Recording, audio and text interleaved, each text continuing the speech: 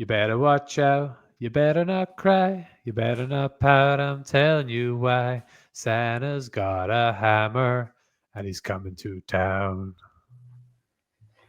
He's making a list and checking it twice. If you're on the wrong side, he'll break you like ice. Santa's got a hammer and he's taking you down. Santa's got a hammer. He's He's swinging swinging it it high. high. He's bringing the pain and watching you die. You better watch out. You better not cry. Santa's got a hammer and he's coming tonight. And scene. Hey, no, never. Y'all will never do that again. What an intro. Well done, mate. Oh, I had to have a bit of a sore throat today, which wasn't ideal. All right, so welcome to Seismic Cinema and our review of Violent Not Silent Night. Okay, you can follow us on X, Instagram, Threads, TikTok, Blue Sky, and our Facebook page and community group. You can also watch and listen to that delightful singing on YouTube, Spotify, Apple Podcasts, Audible, and Amazon Music. And we are delighted to be part of the Podpack Collective, a group of podcaster friends who love to share each other's stuff and support one another. Howdy beans and welcome to my podcast trailer. Now you're probably wondering, who's this weird English fella talking to me about beans? Well, great question.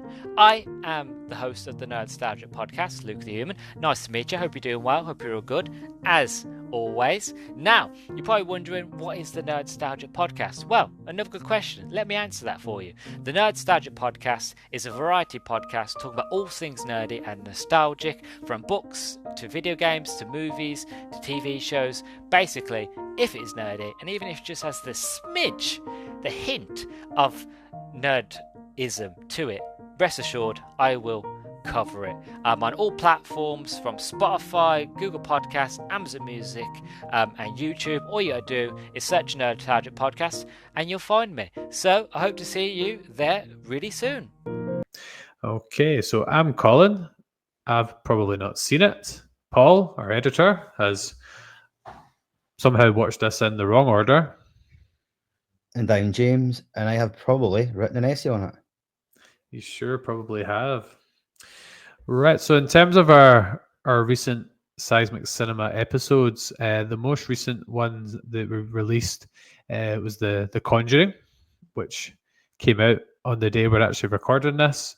V for Vendetta, which was a lot of fun, and Insidious. So that was the last three. So if you like the sound of those titles, please consider giving us a subscribe on YouTube. We're currently on, what was that, James?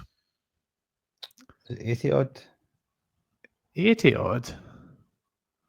What for? Sorry, I wasn't YouTube. listening to you there. I wasn't listening to you.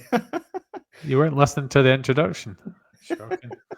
162 subscribers, so Aye, that's right. we're growing at a slow and steady rate. However, 76.1% of recent listeners don't actually subscribe. So if you've enjoyed that musical introduction and you've enjoyed any of our podcasts, please consider hitting the button. Hello everyone, Chris here, a co-host of the podcast What's the Script. If you're interested in listening to myself and my co-host Craig having a laugh while hosting a movie review podcast, why not give us a listen? We review movies old and new, dropping in fun trivia along the way. We highlight great things in movies as well as not so great things, all in good fun of course.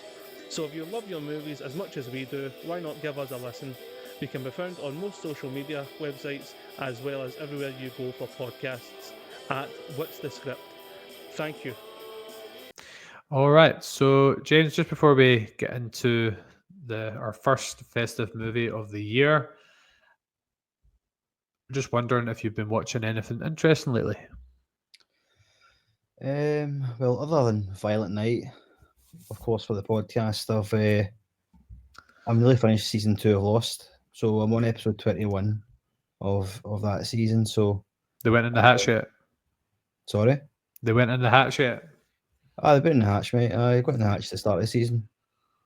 They're about to blow up the hatch. Well, I say blow up the hatch. They're about to not press the button. Up here in the numbers, I should say. Yep. Investment is the fail safe. Cool. So nothing else on your agenda at the moment? No, I mean, I've been too busy otherwise, mate. I'm just kind of focused on Lost and then whatever Christmas film we pick. Yeah. You know what I mean? Fair enough. You're saying I've got a lot of time in my hand, but in reality, I watch things when I'm like making breakfast, doing my hair, and doing the dishes. You know. That was only in jest, mate. I know you do that. So I've been watching a show on Netflix called the Man on the Inside. It's about an older gentleman who has lost his wife, and he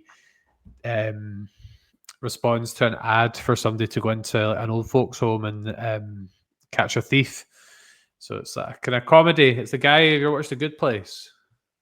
Nah, I think we've had this conversation before. Probably, we probably had it on Saturday. But anyway, it's quite good. I'd recommend giving it a watch. It's a nice half-hour episode, quick watch.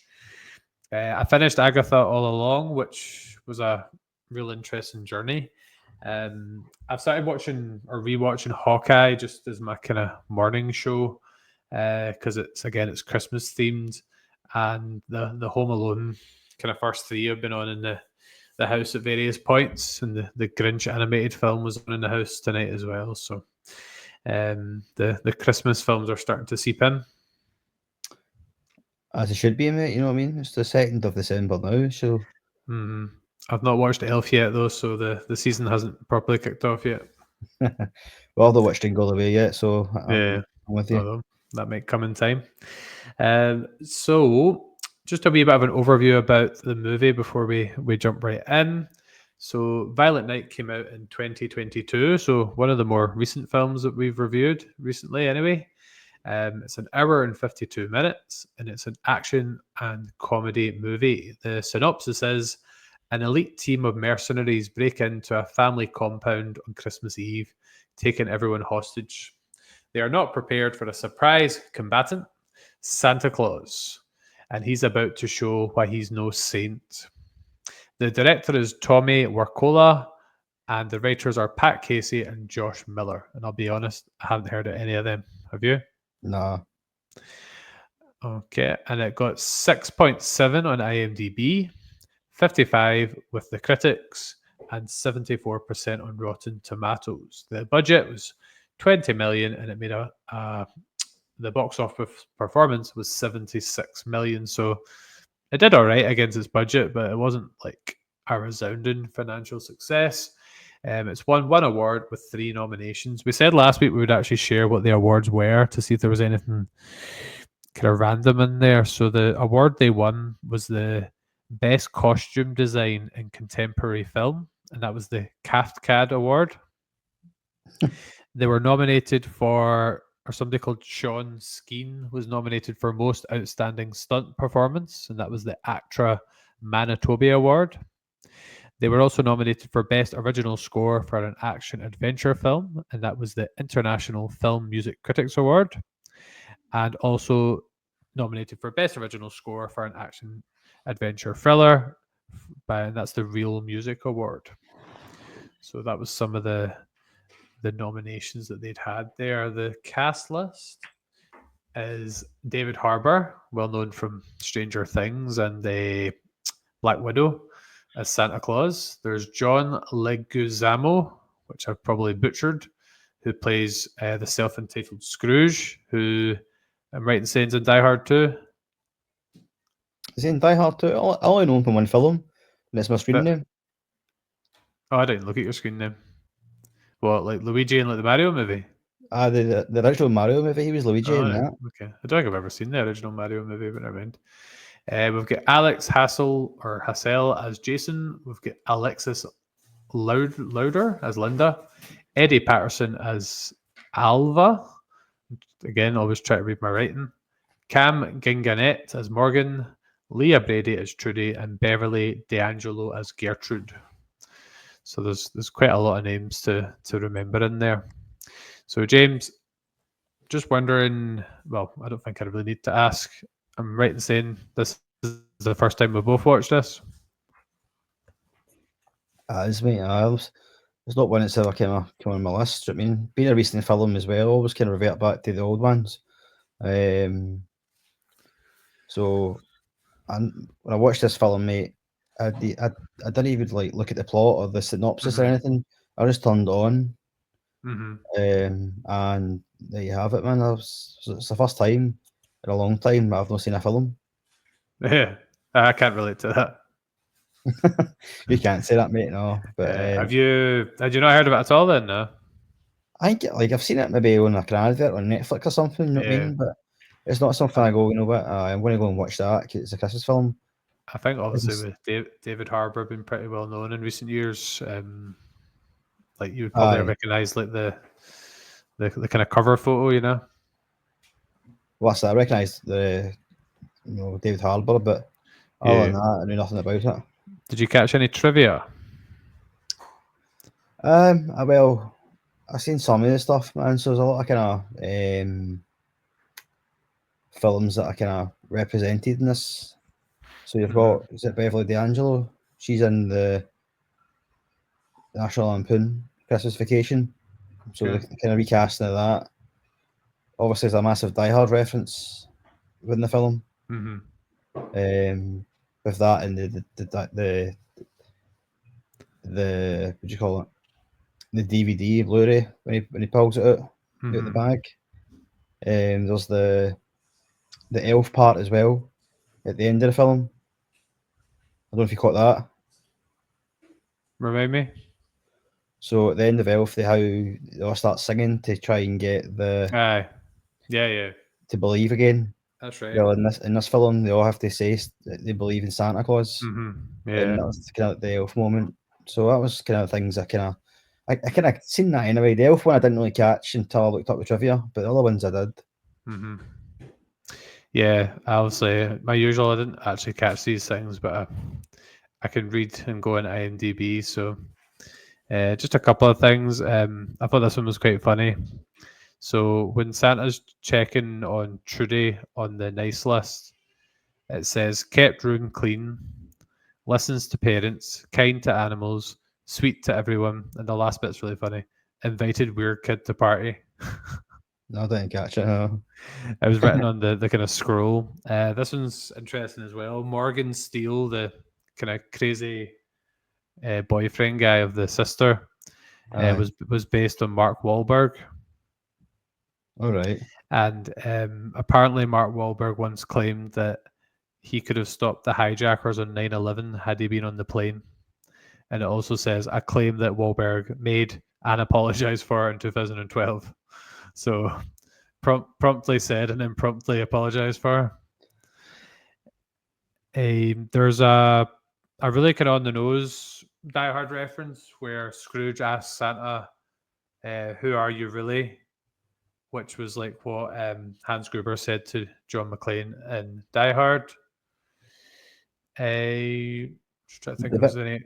the bit with the walkie-talkies as well. I was talking to Mhm. Trudy on the walkie-talkies. Yeah. That's like John McClane and Powell as well. Hmm. Also, I was today years old or yesterday days old when I found out that David Harbour was married to Lily Allen. Is he? Aye, Didn't know that. that one was a surprise to me. Just trying to see if there's any other ones I wanted to share. I think I've probably. Oh, this is the Santa Claus reference. So when Scrooge asks Santa to tell him who he is, Santa lists different variations of Santa Claus across different cultures, which is similar to what Tim Allen does when he's talking to the cops in the Santa Claus. Oh, aye. So Didn't that's catch quite, that one. yeah, so that's quite good. And I think that'll probably do us there, of course. Oh, this is a good one. Last one. Gertrude's favourite whiskey is Oban, a single malt Scotch from Oban on the West Highlands of Scotland, which is quite close to where I live. How far away is it? Kind of like about a 2 hour drive, probably, hour and a half, 2 hours. Okay. So I've been to Oban quite a few times.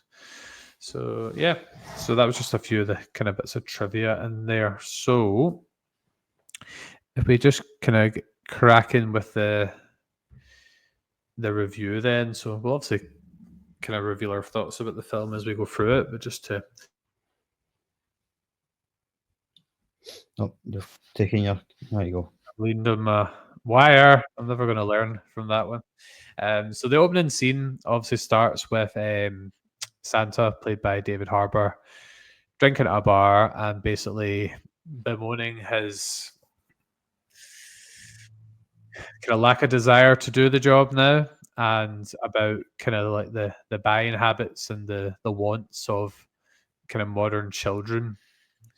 So is this the first movie you've seen a Santa Claus that's kind of down on their luck and not jolly? Or because I've never seen Bad Santa, which I've heard is maybe a kind of similar vibe.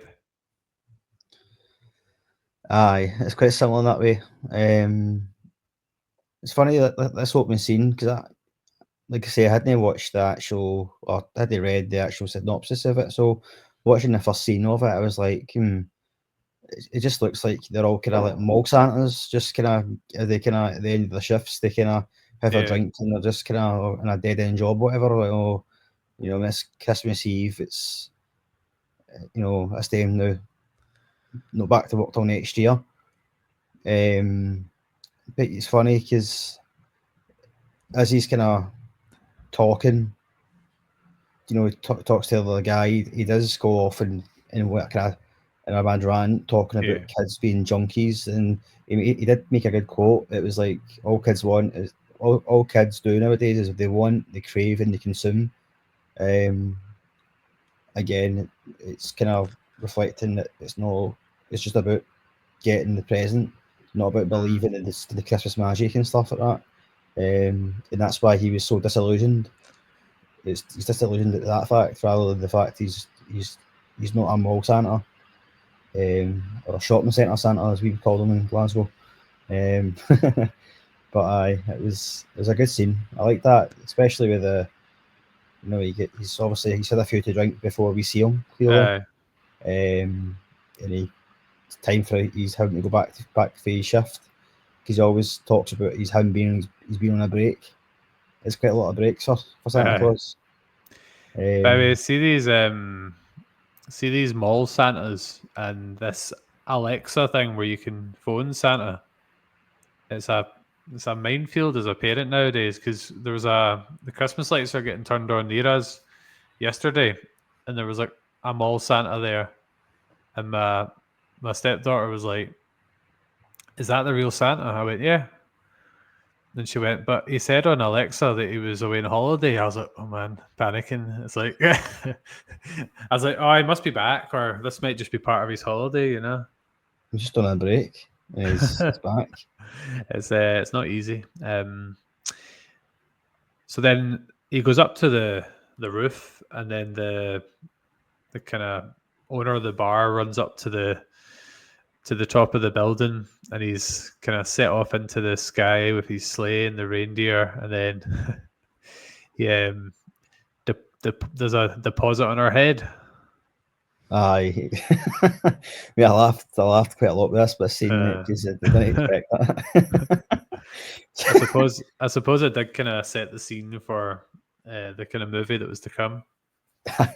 So he's obviously he spews. He's sick over the bartender's head, and you can see everything as well. The camera zooms in on the sick. You can see basically what he said for dinner. Yeah. It's funny.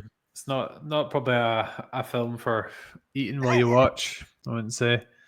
What do you make of his take about the kind of consumerism and children only wanting to get the presents? Do you agree that that's how it's went, or do you think there is still a lot of belief about? Well, obviously as you get older, mate, you don't believe, but I think Speak for yourself. I think I will say I think the spirit of Christmas has maybe diminished a little bit. Like I used to remember growing up when it was like Christmas was like, you couldn't wait for Christmas to come because it's just that everything that surrounds it. You know what I mean? Like the Christmas tree and going out to the shops. In Glasgow now, like the shops are pretty much non-existent. Online is taken. There's a good scene in here actually. In one of the shots later on, you'll see that online has basically decimated the high street. Mhm. I think that's got a lot of part to play in it as well because you can just buy stuff at the click of a finger now. And part of the Yeah. magic for me, mate, when me growing up was going to the shops, going to the shopping centres, and then going to get a McDonald's Happy Meal with my mum and dad. Do you know what I mean? It was like, I don't know. Like, obviously, I'm not a kid anymore, but I just I don't get imagine being I the same. I get it, but it's now that I am an adult and I'm having to do these things, it's like I honestly don't know where I'd find the time to do it because obviously I don't have a lot of shops you would maybe buy at Christmas from nearby. So, but yeah, Also, I see I get that. the point. No, I get that as well, mate. I mean, you just have to make time to do it. You know what I mean? I think Yeah, if you do have to make time, but I can see it for both sides of the coin, mate. yeah, definitely. Okay, so we're then introduced to the Lightstone family, and that's a cracker of a name, by the way. Light So, stains. so you've got what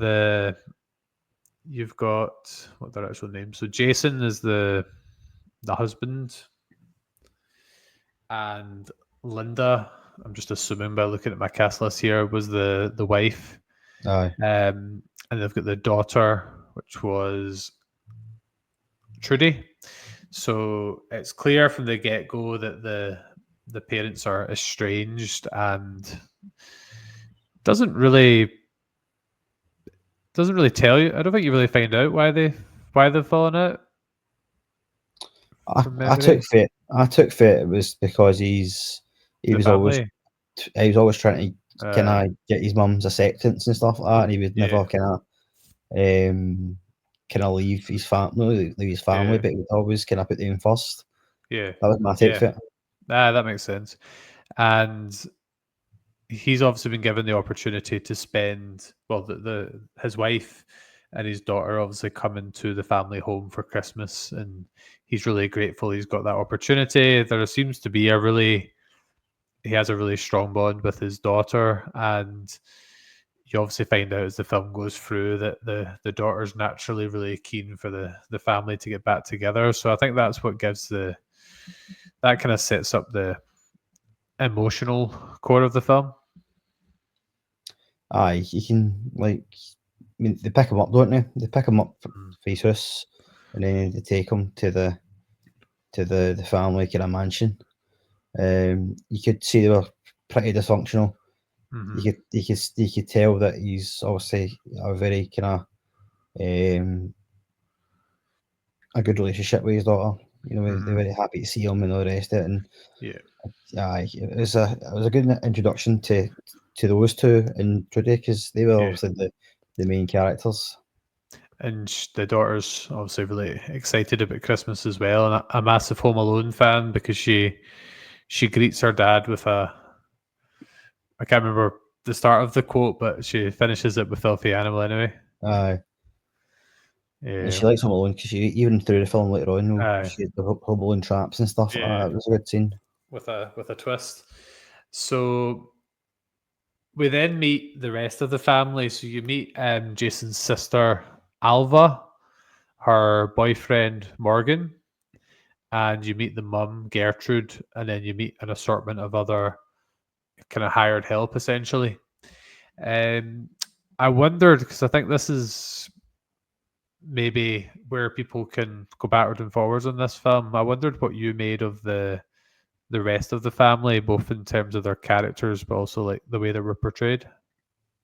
Right, I think it's well, like I've talked. I think in a whole, collectively, they were kind of very entitled. Do you know what I mean they were obviously Yeah, born into money and things like that, and they didn't really see it from another person's point of view. It was the entitlement. It was, let's take it. one person that annoyed me through the film was I say like just every time the boy was on screen, Bertrand, Bertrand, That named after the is that the wee teenager boy? the teenager boy, because he was on his phone constantly. The phone was never at his on. Did you notice he had an end credit scene? Oh, I didn't see that Did you actually. not see it? He's I like did not. vlogging. He's like vlogging at the end. No, I think I seen it. But he was like live streaming or something like that. Do you know what I mean? And he was just concentrating on the Wi-Fi being like on all the time, and that he was talking to his audience. He didn't his social interactions were non-existent. He just knew how to talk into a Look at phone. look what his Hashtag mum. blessed. Look what his mum was like though. You know, Well, I know. I don't really blame him for how he turned out. No, well, his mother as well. Like, what's her name again? Alva. Alva. I think my writing says. I think it is. When she was terrible, that she like met his wife, and the first thing she said to her was like, "Oh, you've gained weight." Aye. Like that just Yeah. shows you right away, like how I think kinda shallow they are, mate. They're Yeah. just shallow. I think it obviously was by design. I don't think we were supposed to like them, but I will be honest. The the family characters weren't my favorite aspects of the film. I wouldn't say. No, and you kind of put them all together. I kind of like think that what's his name, Jason. He's kind of the one, the one that's kind of cast it out because he's not like them, is he? He's not really like them. Or is he not? Well, at first view, he's not like them. Uh, You can see he's maybe different, mhm. and you kind of feel okay. I feel sorry for this guy a wee bit because he's 70. He's obviously him and his wife are falling out or whatever, and he's got these clowns as a family. Mhm. Yeah. So, rightly so, in our opinion, the next kind of development is the the reveal that a lot of the hired help are actually mercenaries led by the the self-entitled. I think he calls himself, is it Mr. Scrooge at one point? Aye, Oh, that was another piece of trivia. Apparently, they originally wanted him to be called like the Grinch or Grinch, but they couldn't get the rights to the character. see, So basically, Scrooge, among another range of Christmas themed characters. Can you remember any other names? off. Krampus was one. The one I I've can't got his remember. masculine name. Krampus was the guy that had like the gun and the nutcracker and stuff, wasn't he? He was he was Uh, the most memorable one, I think. The big There guy. was, if I had a list of the names in front of me, they would all come flooding back. But basically, they have invaded or infiltrated is probably a better word, the home to steal $300 million from the family. And based on your experience of the family so far, there's not a lot of sympathy for them, probably. No, you see, before you go into we go into that scene, there's a wee kind of medley before that of Santa going to people's houses and stuff, which I found. And Yeah, one of the things I was talking about earlier on was he was kind of looking through as he was eating the cookies and drinking the milk and the stealing the alcohol. beer. Aye, so you could see that the Christmas lists of people. So it was like cash, cash, cash, video game, cash, cash, and he's like Yeah, pulling out the cash and putting it into the yeah, stockings as well. You can see like there was one Christmas tree that just had Amazon Prime parcels underneath it, not even wrapped or anything. Do you know what I mean? that's the dream. Well, just generations of buying online now. Do you know what I mean? Losing faith in and just spending time with family wrapping presents. That was kind of my take. It. I like to wait to Christmas Eve and then wrap them in one go with a Christmas movie on. That's my tradition. One other scene was the drunk dad, and he's like, "Not another Christmas." Like, how many times has he fallen asleep drunk with his beers? So I think that was a good wee take as well. Yeah. We just kind of see they kind of reinforced these kind of the starting scene where he was talking about the to consume and all the rest of it. Yeah. Definitely. And when we're talking about the kind of hostage situation, they obviously talk about it's not just the fact they're stealing money from these people, but the money was like it was linked into like the kind of like Americans taking like oil out of the Middle East. Aye, because it's all about greed and all that. It was like that was Yeah. a main theme. It's like greed. So so Mr. Scrooge said that, didn't he? Because he Yeah. said that to Gertrude. Yeah. So a communication device that becomes important, I think it happened just before the hostage situation, is where Trudy is given a walkie-talkie by her dad as an early Christmas gift. Because he's feeling a lot of guilt, isn't he? That he kind of broke a family tradition and he didn't take her to see Santa Claus that Christmas. That's right. Aye. So she's given the walkie-talkie to communicate with Santa Claus, which he thinks is just like a wee cute bit. But in reality, little do they know that when the infiltration's happening, Santa's actually on the premises, up in one of the living room or something. So she obviously manages to start communicating with Santa Claus, which kind of fuels her belief, while everyone else is lacking said belief. Aye. I mean, she's very. If it like, I think there's a scene later on, like they're talking about like Christmas lists and all that sort of stuff. Like her dream was for a family to get back together. Do you know what I mean? It was nothing like the Amazon parcels, the cash, the video games, or Yeah. anything like that. It was about the belief that something magical can happen, and that's what drawing them to Trudy, obviously. So up to this point, I would say out with the vomit and the beer, it's not too far off a traditional Christmas flick at this point, because I don't think there's been any real bloodshed up to this point. But the film's soon to kind of step it up a gear when Santa has his first of many fights in the movies, and at this point, Santa's not really got his powers because of you talked about the elf reference. The kind of lack of belief in him is meaning he isn't able to use a lot of his traditional powers, so he's having to improvise with different weapons. Because he hears all the hostage situation happening down the stairs, Yeah, and he's like, "Oh well, I need to get out of here, man." He's got a job to do. He's got to deliver parcels to other kids, you know. So he's got to kind of focus on his work, and then the reindeers leave him, and then he tries to go up the chimney. The magic doesn't happen.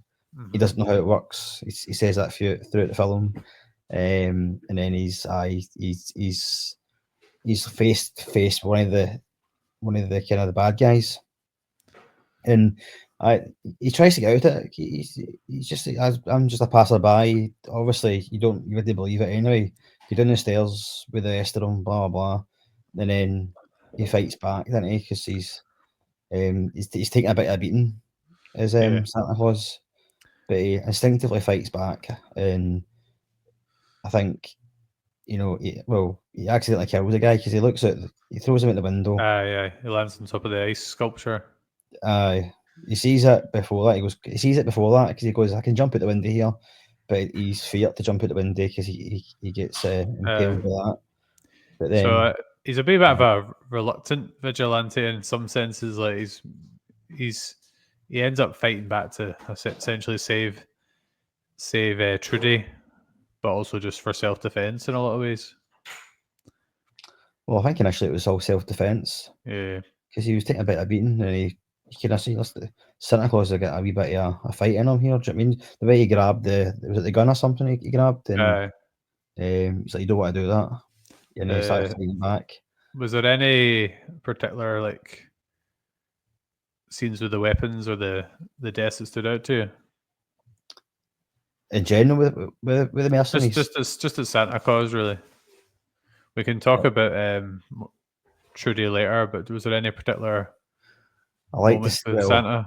One that stood out to me was the Christmas star in the eye because I don't like eyes. That's the one I was going to mention. Yeah, I don't like eyes getting touched or poked or anything, mate. Do you know what I mean? So You'd hate I screamed at that wee bit. I was like, "Oh no, that's no good." Then he turns the plug on, and it fries the brain.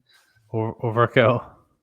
And then after, was it before that as well? He was he put the pool, like the snooker balls, the pool balls in the sock. Yeah, And yeah. starts. That was to be a wet my choice where I'm from. So Yeah. Did you not get like a big candy cane at one point as well? yeah, because he pulls, because he's trying to pull out stuff in the bag, and he's like, "Oh, why Because does he's looking. We'll get to it later, but he's looking for his weapon of choice. he's like, why does kids don't want swords or anything nowadays? Do you know what I mean? He's pulling out like the Die Hard DVD. He's or the Die Hard Blu-ray, I should say. And he's just kind of throwing them at him, but he pulls out a candy cane from it eventually, and he kind of uses it as a kind of sword, and a kind of a weapon. My house would be fine. No, there'll be plenty of lightsabers floating about. Yeah, that was your Star Wars reference there. Not even intentional. Although I do have actually a couple of scenes that came to mind related to the Cornetto trilogy. Actually, see the scene with the pool cue and stuff, like having a fight around a table. It reminded me a wee bit of like the end of Shaun of the Dead. That's right. Just need to have Queen in the background while that's playing. While you're doing that. There was also a moment that reminded me a wee bit of Hot Fuzz with a twist. Do you remember at the end of Hot Fuzz where Simon Skinner falls and he gets like the thing through his chin? Aye. It kind of reminded me a little bit with Trudy and the guy that was pursuing her. Remember when he's got up to the attic? Aye, that's right. It goes through his chin. Aye, the bit for the Hot Fuzz with the Modo Village. Yeah. See, by the way, see on that guy, see the big guy was, I can't remember his name now, but I think he was maybe Scandinavian. Mm-hmm. See the bit where he goes into this kind of security room, and he's like, "Oh, you guys celebrate Christmas, but you don't celebrate my favourite holiday." And he goes, "What's that?" And he goes, "Boxing Day." And he punches him. He took forever to swing that punch, I think so, man. It's like do you know, that's telegraphed that punching, do you know what I mean? But he just took forever to throw it, as if he was like slow motion punching him. I don't think this, like, some films could be accused of not having stakes, but I think this film, when they decided they were going to take a character out, they did it. Like, remember the really nice security guy? The really gentle guy at the start, and then he gets taken out quite quickly, and then what's his face? Morgan, the actor, he gets gunned down by a whole squad later in the film. I know. Which is another Die Hard 2 reference, that one. Right. I have actually seen Die Hard 2, but I've only seen it the once, so it's not... I might need to rewatch the Die Hards over the festive period, possibly. That's a Die Hard 2 reference, because they double cross them. They go bring the SWAT team in, and they're well in white suits as well, like snowsuits. Yeah. Mm-hmm. And they double cross John McClane. So that was like a nod to that as well, because that was their security team that was meant to bail them out. What did you make of kind of Scrooge's character as a villain, and just like why he's doing what he's doing? To be honest with you, I quite liked him. I thought he was funny as well. Just his wee one-liners and stuff like that. It's a wee bit cartoony though, wasn't he? I know, but I think he had like it was a comedy / action Christmas film. I think it wasn't trying to play Hans Gruber. Do you know what I mean? It was kind of a wee bit kind of more light-hearted and stuff, and he could fight as well. You could see at the start when he came out the panic room. He could handle himself. You know what I mean? I was quite shocked when he punched the mum in the face, the gran. That's right. Yeah, because she goes, she said something to him about moving the money or whatever. Panic room, and he just had to stand for that. And they go punch, and he just repeated back to what she said. Like, I know what you mean. So I didn't expect that either, to be honest with you. But she was kind of, he was standing any nonsense. The film didn't hold back, so that leads us then nicely to the scene where you were just talking about it. They go into the vault, and when they get there, it's turned out that all the money was already gone. So that changed things a lot because they'd obviously committed a lot of murders and a lot of crimes to get this money, but like in the end, they didn't even get the money. It's funny because see, like they're talking about the vault as well. Like it's not like the good old days where you could just drill into the vault like they did in Die Hard again. Do you know what I mean? It was just they did the was it the code or something that wasn't it? Mm-hmm. But they wanted £300 million. That's what was expected to be in the vault in cash. Because the one thing I will say, he did his due diligence. Do you know what I mean, Mr. Scrooge? He knew everything. Mm-hmm. As he said, he says he knows what they had for dinner and all the rest of it. And he did say a few other funny things, but aye, they got into the vault. There's nothing there, so it's like, where's the money went to? It obviously turns out that Yeah. somebody moved the money. So we'd talked a wee bit about Jason, who comes across as like the nice guy and the doting father, but in reality, he all along had planned to run away with his wife and his kid and take all the family money with him, and which I would say took me by surprise. I didn't really expect that twist. What about yourself? No, because he was like from the start of the film, even to the hostage situation, even during the torture scene as well, because they used the nutcracker to to that bit was good, mate. Because I was like, there's only one thing happening here, and it turns out with his finger, you know, with his finger, and I'm like, oh, that's not. And I thought, they've just missed something here. And he goes, let's do what a nutcracker was made for. Get his nuts in there. And then that bit was good. Krampus was quite sadistic, wasn't he? He goes, who wants to do it? And he goes, I'm not touching him. I'm not touching him. And Krampus goes, I'll do it. So he's going for it, man. He volunteered his tribute.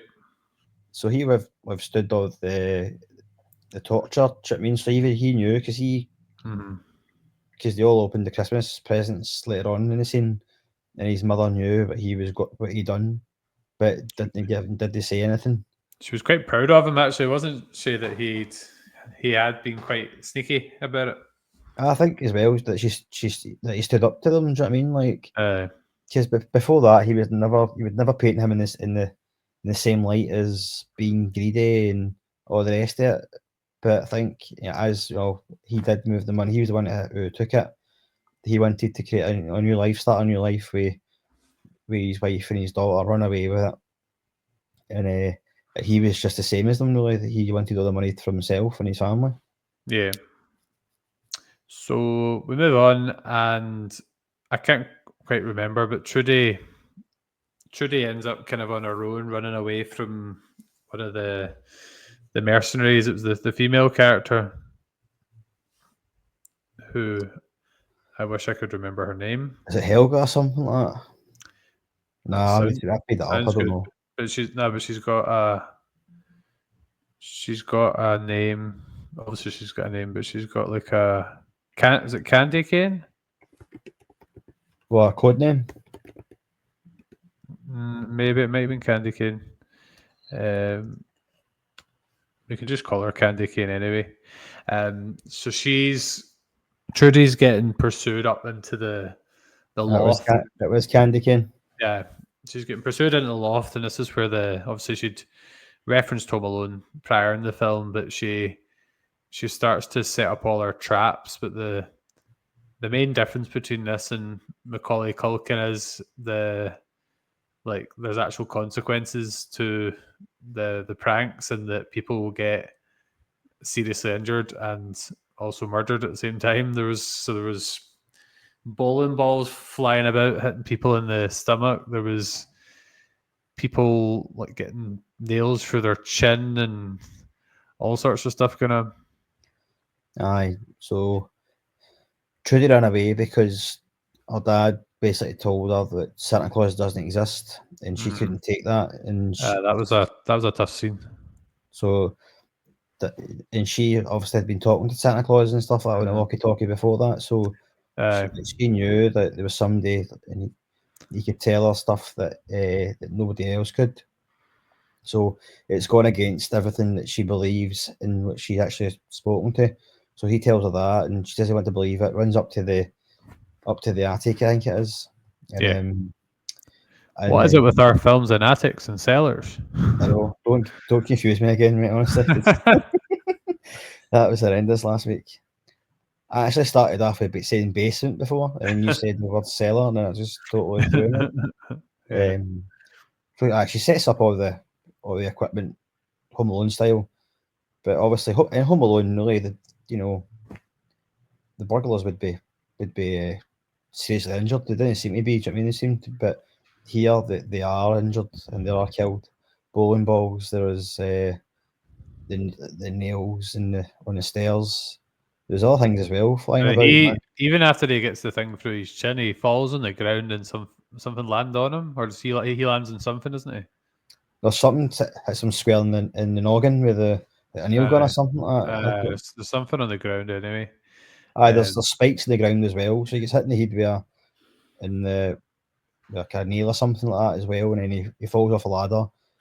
And see when he takes the spikes out his body or his leg, you can see the blood pouring out. That was like, oof. Yeah. Well, that's tomato sauce.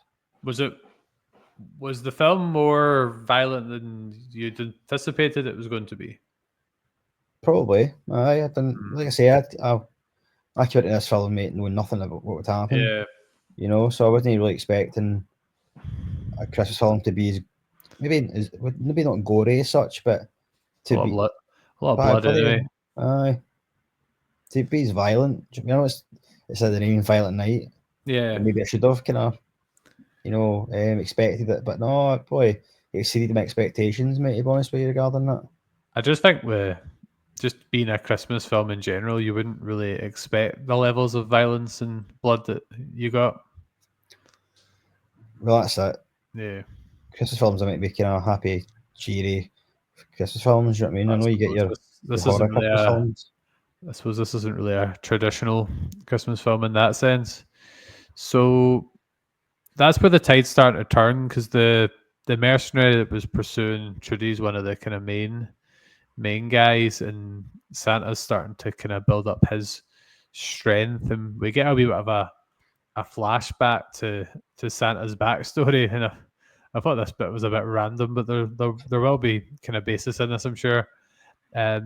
So Santa was once a violent Viking warrior called Nickamund the Red, before transforming into the figure of Christmas, and this obviously links into his weapon of choice, which is the sledgehammer. So he finds a sledgehammer. What's the name of it? No, I've forgotten, but I'm sure you're going to fill me in. Skull Crusher. Skull Crusher, that's right. That'd have been a good screen name, wouldn't it? That would have been, aye. So he finds a sledgehammer just in the house in general, doesn't he? Then later in the film, he gets his like original one back. Aye, because Mrs. Claus signs him, didn't she? Mm-hmm. So I thought you would read this. Yeah.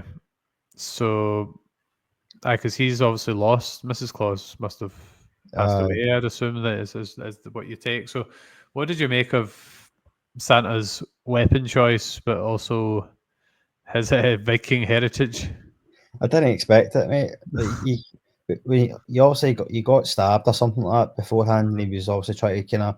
You could tell that he had some sort of kind of war background, because, I mean, he was trying to stitch himself up. You know what I mean? Yeah. And then he which I found quite funny.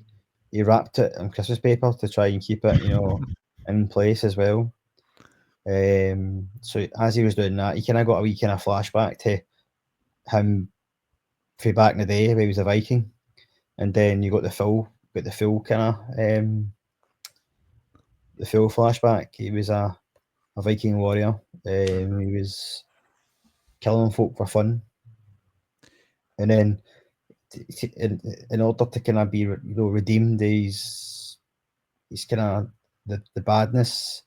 He was kind of, I won't say sentenced as such, but he was given the opportunity to make always bad become good and become a Santa Claus.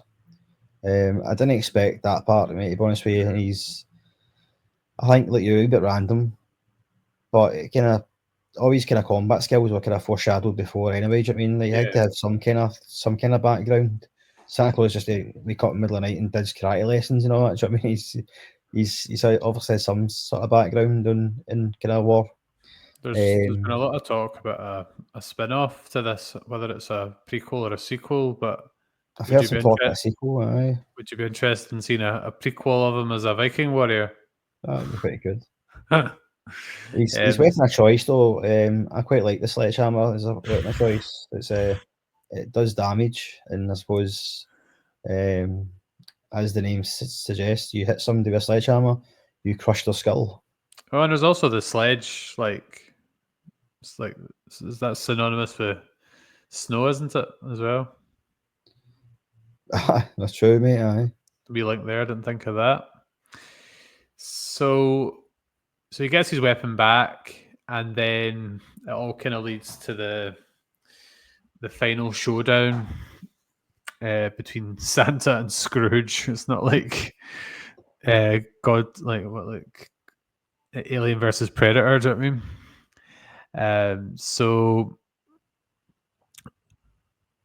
interesting ending because they end up outside, don't they? And they're near some sort of chimney as well, because Scrooge meets his ultimate demise in quite a memorable way. Oh, he does. 'Cause at this time they're chasing each other in like snow skis or something like that. It's like it's the same from Die Hard 2. Do you know what I mean? It's that bit, and basically, Scrooge is kind of enticing them to come and get me. He moves out the way and he hits like a tree stump or something like that, and Santa, flies over the snow ski. I don't know if it's called a snow ski, but I'm calling it that anyway. And just kind of lands in kind of like a hut or something like that. You know what I mean? And it's got a chimney. But they're fighting each other, all the rest of it. And then Santa Claus, who's been trying to get his magic back all night, he managed to get it back again. And so he grabs Mr. Scrooge and takes him up the chimney. Obviously, only Santa Claus, his magic can go up the chimney. Yeah. But Mr. Scrooge doesn't seem to go up the chimney. In fact, his body is his head comes aft into it, and you can see the kind of the bloody carcass of what happens when you try to take a human up a chimney through Christmas magic. And it was quite graphic, that wee bit as well. We kind of zoomed in on the fact that he had like his head had come off and his body was kind of. Oh, it kind of reminded me of a scene from like Alien or something as well. I was going to say it reminded me a wee bit of like the gore from The Boys. Aye, yeah, that as well. Aye. I've only watched the first season and a bit of that before a scene turned me off forever. But it reminded me a wee bit of that. But that's not quite the end of it, because Santa basically dies kind of at the end of the film as well.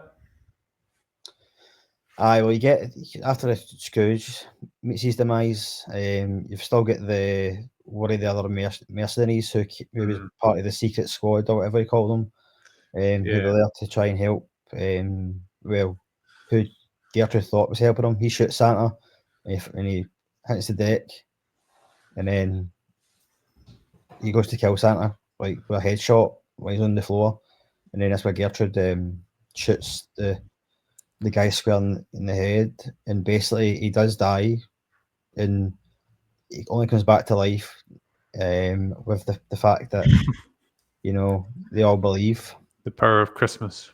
The power of Christmas is Christmas magic. He doesn't know how it works. Neither do I, quite frankly.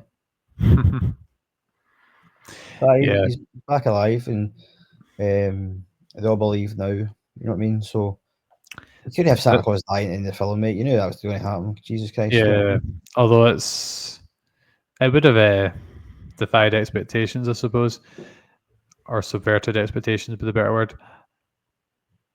I do get a wee bit sick of these fake out deaths, though, because I feel like the more films you watch, the more they happen. That's true. And It happens quite a lot. We spoke about this recently, didn't we? We spoke about this about was it Star Wars with Chewbacca? Is that when we did the sequel discussion? We spoke about it after that as well, but there's another one more Chewbacca recently. and C-3PO. Aye. Yeah. By the way, was your red hoodie an intentional Christmas choice? No. It makes you look like Santa Claus because you're wearing a red hood. Oh. I think it was intentional. So it's really, in a weird way, a kind of a happy ending, I suppose. Santa's got his mojo back. The Trudy's got her Christmas wish, and our parents are back together, and maybe a kind of happier future for him with his family as well. Although Morgan didn't make it because he was gunned down by the squad. And there is a wee after credits scene of the teenager doing a bit of vlogging.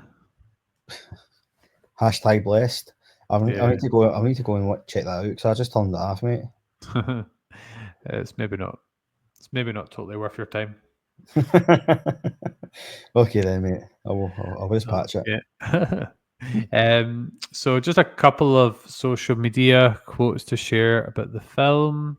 Suns and Shadows cast, who are a great supporter of the channel, said, "Friggin' badass movie. Cannot wait for the sequel." So that makes it sound like there is a sequel confirmed. So maybe that's a future Christmas endeavor for us. Really enjoying some of these words tonight. See, like endeavor and things like that. Another good friend of the channel, Nerd Nostalgic Podcast. We forgive you, maybe, for not enjoying American Psycho. Maybe. I know, I can't quite believe that. I mean, it's not going to be for he the didn't enjoy the book. Fair enough. He did enjoy the book and he did enjoy the film. But listen, if we were all the same, it'd be boring. So fair enough. But we appreciate your support and the effort you put into to watch and read something you didn't like. Anyway, they said you got Violent Night and I got Gremlins. Not fair. So they must be reviewing Gremlins and they prefer to do what we've done. And there was a more recent comment from What's the Script? Tremendous Christmas film. It's Die Hard with Santa. What's not to like? So that's either Craig or Chris. I think it's Chris, actually. Yeah, there you go. So that was the social media comment. Something you've introduced recently, and I'm trying to keep up with you here, is the tagline for the movie, which was Violent Night, you better watch out. So that's quite a nice wee kind of twist on the classic Christmas line. And if you really enjoyed our kind of song at the start of the podcast, please let us know and we can always do some more musical numbers in the future. I suppose. Not the only time Seismic Cinema's done musicals. We once did a ranking of our favourite soundtracks, and we also did another thing, and I did quite a lot of singing in it. I'm ashamed to say. That was before my time, mate. So it's from the early episodes. You might want to check it out. Yeah, okay. And this is just warming us up nicely for doing a Greatest Showman review at some point. We've seen it. There you go. Sorted. Well, I think it was on the one of the buses back one day for Blackpool or something like that, and it was on in the background, but I wasn't paying attention to it. There we go. That's us sorted for the future then. Right, so this is where we do our Seismic Stars, and we give the movie a rating out of 10, and it's a rating on the movie as an individual piece of work and not comparing it to every movie or Christmas movie that ever came before. And I'd like you to start first, James, so I get a bit more thinking time. So I'm wondering what you gave this film out of 10.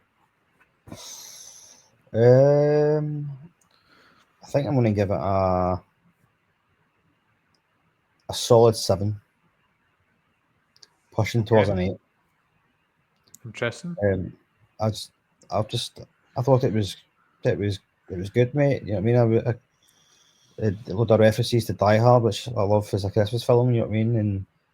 And I just kind of love the. I thought the bad guy was good and how they were introduced the different parts, the different characters to them. Their cause for it. Obviously, the theme of greed and all that sort of thing as well. as, For as any Tom's audio cat. listeners, a cat just walked past the screen there, just on cue. Just put me off there. I thought it was a solid 7 out of 10, mate. I enjoyed the film, mate. I'll go back and watch it again. Do you know what I mean? I think it's now added to the Christmas list now. The fact I can. I'm ashamed to say that I've seen it before. That way, I should have just kind of watched it when I was just kind of like just always go back to the the old school films. I mean, as I watched every year growing up and all that. So, I'm glad I watched this eventually, mate. And it was just action, mate. You know what I mean? It's some good gory scenes as well. Some uncomfortable scenes for me to watch. Regarding the star in the eye and all that sort of thing, I thought it was well done. I thought David Harbour was good in it as well, mate. Don't get me wrong. And the wee girl who played Trudy, she was good as well. It's kind of brings a lot of kind of again Christmas magic.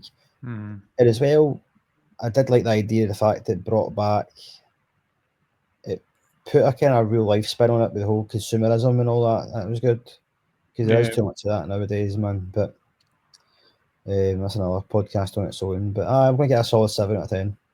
Cool. I was really curious to see what you put. So I'm kind of on the fence about this film. Like, for a starting point, I don't think I was really the target audience for this film. Like, I'm not, as we've talked about before, I'm not a massive action movie guy like you and Paul.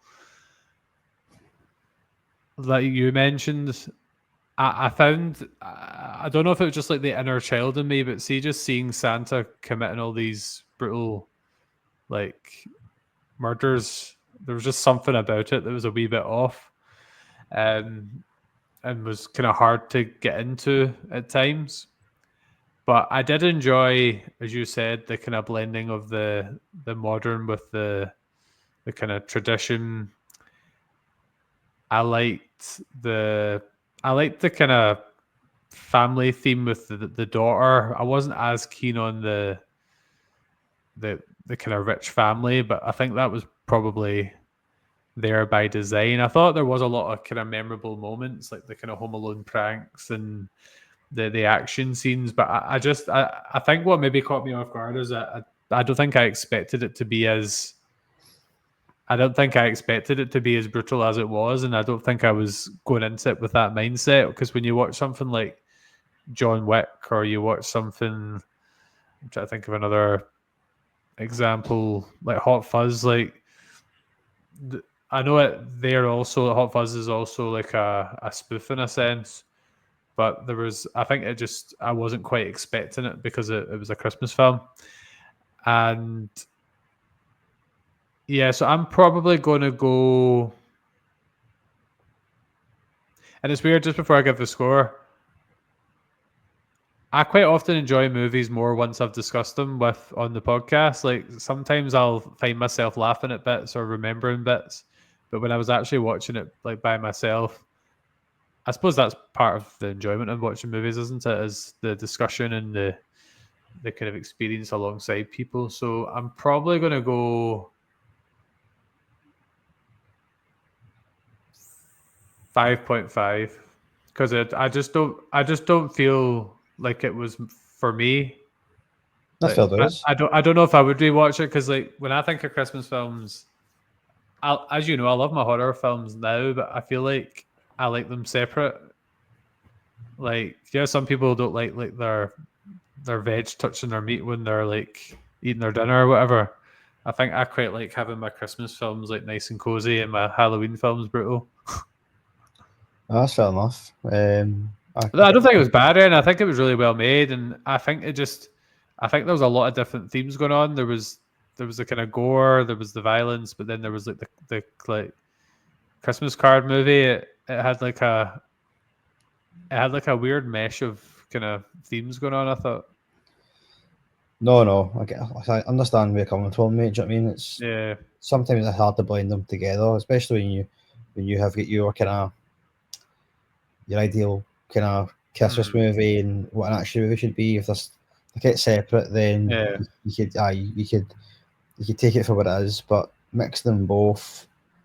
For me, mate, I thoroughly enjoyed it, mate. You know what I mean? It was I might enjoy it more if I watched it again now that I know what it's like. Because when I watched Die Hard for the first time a couple of years ago for the pod, that was just like a more grounded action film, whereas this was more like Christmas cheese mixed with the action. So it's not as serious, you know. no, because Die Hard, is a Christmas film, but it's more action, isn't it? Let's be honest. I don't think the film was bad. Do you ever watch films and you just don't quite click with it? Aye. If I use the example of like loads of people, including myself, like the Hunger Games films, but it just wasn't for you. I feel like this was kind of a bit for me. It just wasn't for me. No, totally get it, mate. Not that I hated all of it. There was just some bits that just didn't quite kind of match up. Okay. But as we say, it's all about the opinions anyway. So thank you for checking out our review of Violent Night. You can follow us on social media on a range of different platforms, so don't be shy and say hi. See, we're rhyming like we were singing at the start. You can also follow us and hopefully subscribe on YouTube and other platforms. And please consider checking out the Podpack Collective members. So just before we wrap up for tonight, James looks like he's wrapped up against the cold. It's funny just the way your camera is. It looks like your head's like sticking out of whatever's behind Santa in the scene. Just like is it Skull Crusher? Might be, yeah. Very fitting. So I'm wondering if you have your 3 options that are going to go into this week's poll. I do indeed. Oh, there's another Christmas reference. So the 3 potential films going into the North Pole? Slow reveal. Is okay. You have the choice of first film, Jingle All the Way. I like it. The second film, I'm going to have. Let me think here. The Night Before. The Night Before. Yeah, we've seen that. I've not even heard of it now. Mate, it's a good tune. I know I swore there, mate, but it's a good tune. It's a good tune. So we will say Jingle Away, The Night Before, and I am going to go with I'm toying with the idea. I'm going to go with Fred Claus. Fred Claus. Okay. Hopefully these are all easily accessible. I didn't check that, mate. So Jingle All the Way is on Disney, I'm sure, anyway. Right. I've got Jingle All the Way. I'll be able to find that, yeah. That's all good. Right, well, we'll see then. It's I don't know, on the one hand I miss just choosing the film, then you definitely get the one you want. But it's quite a good wee thrill waiting to see the votes come in, and then also involve our Seismic supporters in the decision, you know? Well, that's it. Let the people vote, mate. Do you know what I mean? Yeah. Give the people what they want. Right. So give the people what they want and wrap this up. So I'm Colin. I hadn't seen it. I now have seen it. Paul, our editor, probably watched Die Hard 3, then this, then Die Hard 2, then Die Hard 1, or something weird like that. And I'm James, and I have probably written an essay on it, but not this, because I've seen it for the first time. Better get your finger out then. Indeed. Housewarming Saturday, sorry I can't. Wedding reception, no sorry I planned.